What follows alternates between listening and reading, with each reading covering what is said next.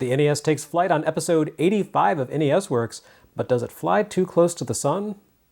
I'm King Joffrey Joffer, ruler of Zamunda. Yeah, we'll have a seat.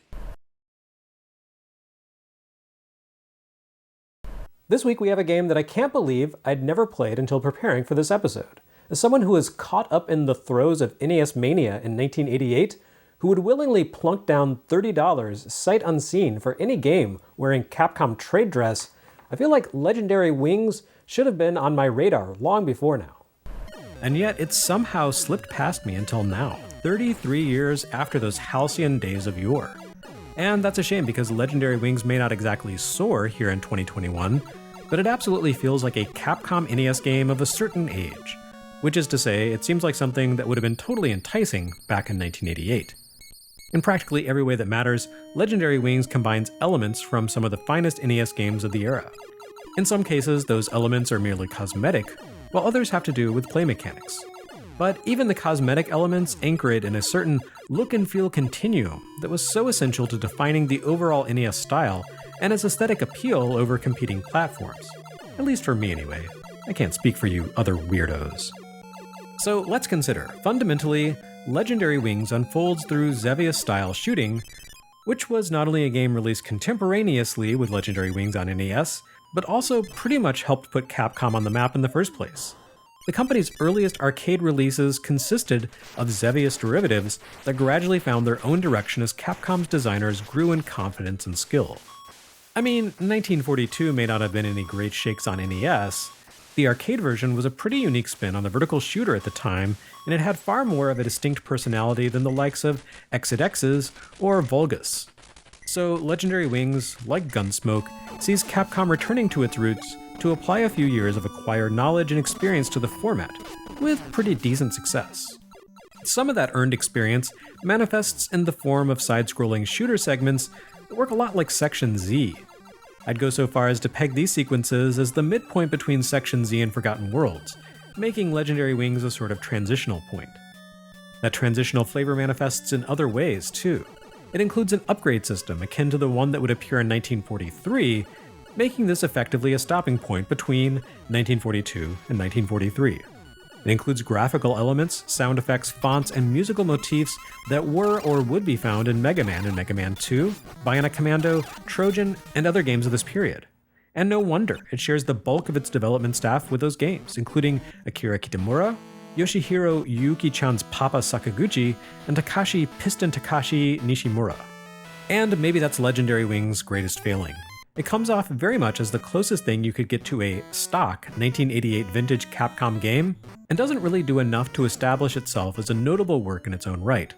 It's reasonably fun and interesting, but about all it really has going for it is the inclusion of two-player simultaneous gameplay, something strangely lacking from the company's NES lineup to this point. The most distinctive thing about Legendary Wings may well be its general style. It has a pretty strange aesthetic, going for a sort of sci-fi Greek myth thing that combines the story of Daedalus and Icarus with high-tech laser pistols and robots. There are lots of statues and one or two playable muscle dudes with wings, while at the same time you'll find no shortage of high-tech bio-horror to navigate. Equally strange is the dual format action, or rather the transitions between the dual formats. Here in the post-Rygar, and especially post-Golgo 13 NES universe, you can comfortably expect games to flip the bird at static formats and conventional rule sets going forward. Legendary Wings alternates between top-down and side-scrolling action, just like Life Force, but it doesn't flip formats quite so tidily. The top-down sequences auto-scroll vertically, and you interact with that world with a combination of air-to-air attacks and air-to-ground bombs. You know, like Xevious, which we have established at this point as basically the most important video game of all time. You battle waves of flying enemies while evading fire from fixed ground emplacements, the usual fare. Where Legendary Wings gets a little weird is when it decides to shunt you from one shooter format to the other. You don't reach the end of a stage and flip perspectives as in Life Force here. Instead, you're sucked into the horizontal shooter segments in the middle of a stage, which take place as self-contained corridors that evidently exist inside the trachea of giant robotic faces. At certain points in the game, Legendary Wings will pause its scrolling to confront you with a massive mechanical face, which may remind you a bit of Gradius's Moai heads, or the cannon emplacement statue heads in Ikari Warriors. Flying into the mouth of these faces whisks you away to a substage that, again, plays a great deal like Section Z. Although it lacks the bidirectional facing of Section Z, Legendary Wings' horizontal scrolling mode nevertheless has a similar vibe, especially in the way your warriors can touch down on the ground and run along the surface in addition to flying.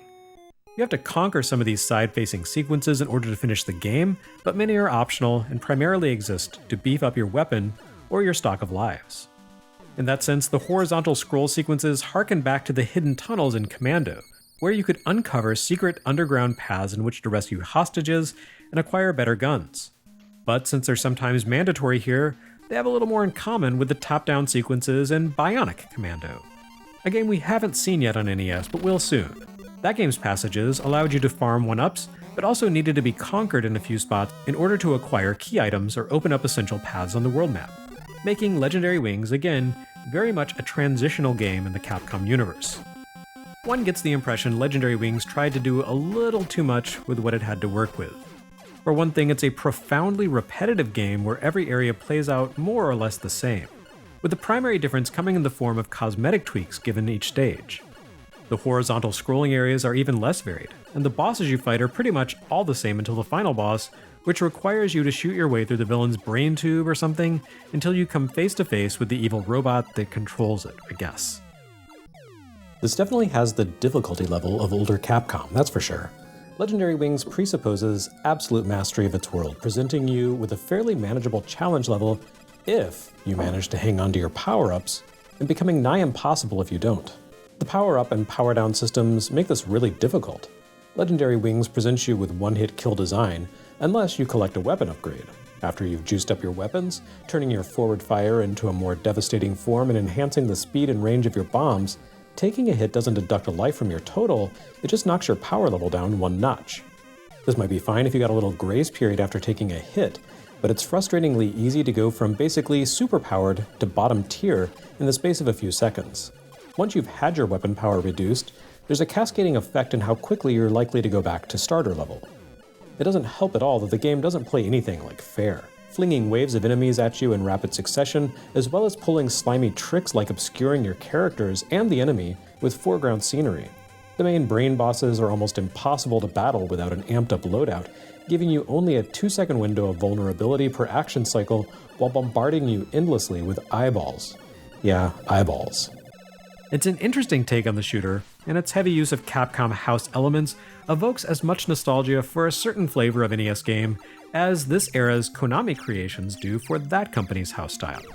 But when it comes to two-player dual-format shooters, unfortunately, that other company holds the upper hand at this point in NES history, with Legendary Wings having the misfortune to arrive directly on the heels of Life Force. Sure, you can say it's not a contest, but in our hearts, we all knew which was the better game. Still, you have to admit that Legendary Wings came out ahead of the NES release of the game that inspired it.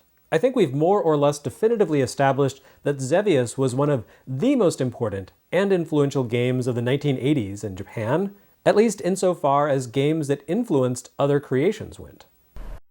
Xevious may never have seen the breakout success of a worldwide hit like Pac-Man or Super Mario Bros., but it seems that just about any interview with key Japanese game design talent of the mid-80s will inevitably arc back around to a treatise on the greatness and appeal of Xevious. And it's not hard to see why. Compare Xevious to the other shoot-'em-ups of 1982 and it stands apart. Thanks to its innovative design, dynamic difficulty level, and fully cohesive visual and audio style, Namco's first vertically scrolling shooter was like nothing else on the market. Arcades, consoles, and home computers were dense with Xevious alikes well into the latter half of the decade, and many designers have spoken of Xevious as a high watermark they aspired to surpass. Often it had a more personal appeal too. In one interview with Dojin designer Ricky, legendary composer Yuzo Koshiro once recalled the day he learned that the game would be coming to Famicom as one of the happiest of his childhood.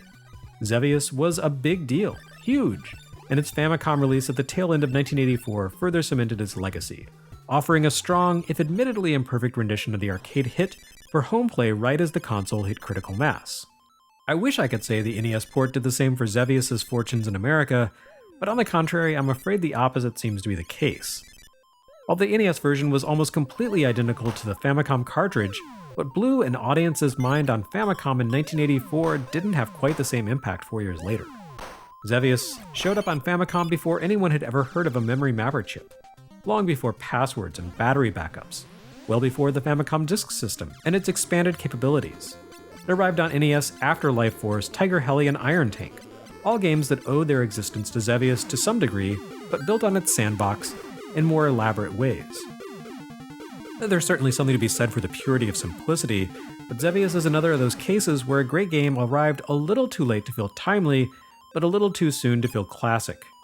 In the context of 1988, Xevious for NES comes off as extraordinarily dated, and the general temperature I've gauged from Western Nintendo fans concerning the game could best be described as cool, if not downright icy. So, when Xevious hit the 3DS early on as a 3D classic remake, the consensus in the West leaned a whole lot more toward why, versus the Japanese consensus of heck yeah. But even if the timing was terrible, I'm grateful Bandai chose to pick up the game for US release. Even if the eye-searing neon packaging and bizarre new The Avenger subtitle seems as out of place on the game as the game seems in NES Works 1988. Time has been kind to Xevious for those who approach it with an open mind and an understanding of its real impact on the medium. The dual-range attack system, forcing players to balance head-to-head fire with pinpoint air-to-ground attacks, requires good reflexes and the ability to think ahead a couple of seconds. Yeah, the graphics are pretty crummy for a 1988 game, and the audio could stand some improvements. And the 7800 version beat it to market by a fair stretch. We can probably put the game's slow arrival in the US down to the friction between Namco and Nintendo, who had a bit of a falling out in Japan over the console maker's revised third-party licensing terms. As I've mentioned before, Namco wouldn't self-publish on NES until 1993, instead allowing other publishers, such as Sunsoft, Tengen, and Bandai, to deal with Nintendo's vexing international demands, which included a refusal to allow Namco to produce their internally designed chip mappers outside of Japan. But a classic is a classic, and the passing of time has a tendency to compress minor release discrepancies of a mere 4 years. This is a great version of a great game, released more or less unadulterated by Bandai, who definitely gets an upgrade here after dealing with trifles like the Family Fun Fitness games and licensed anime mediocrity.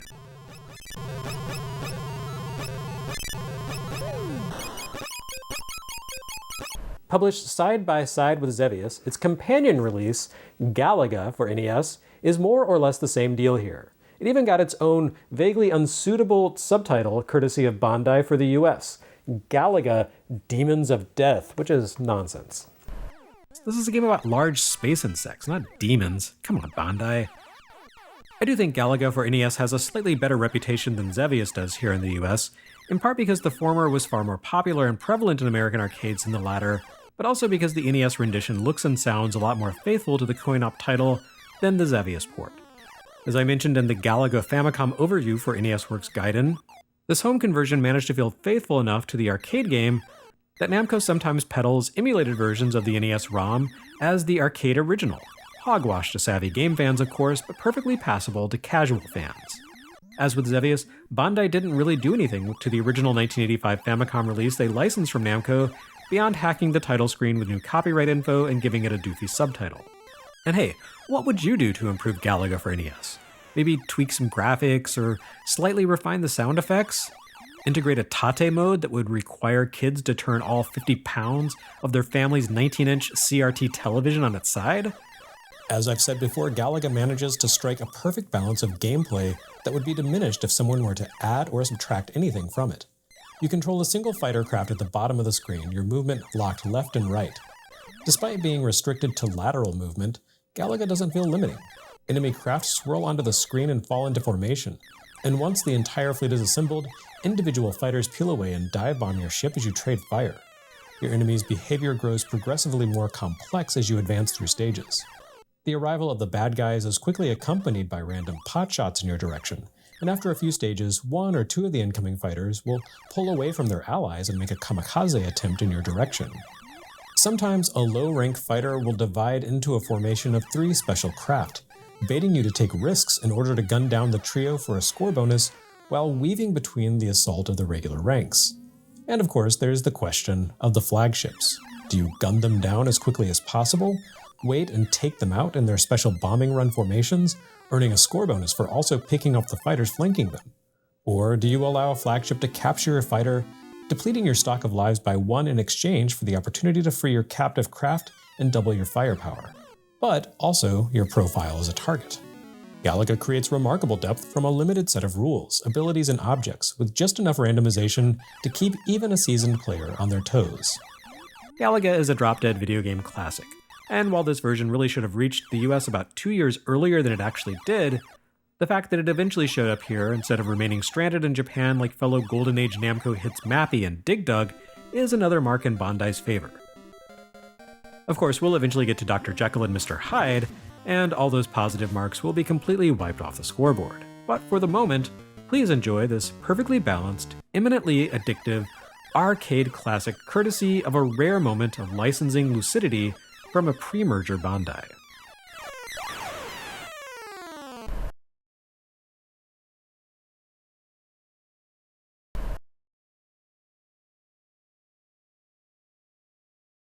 Next time on NES Works, get hooked on Hudson. Or don't, I'm not your mom.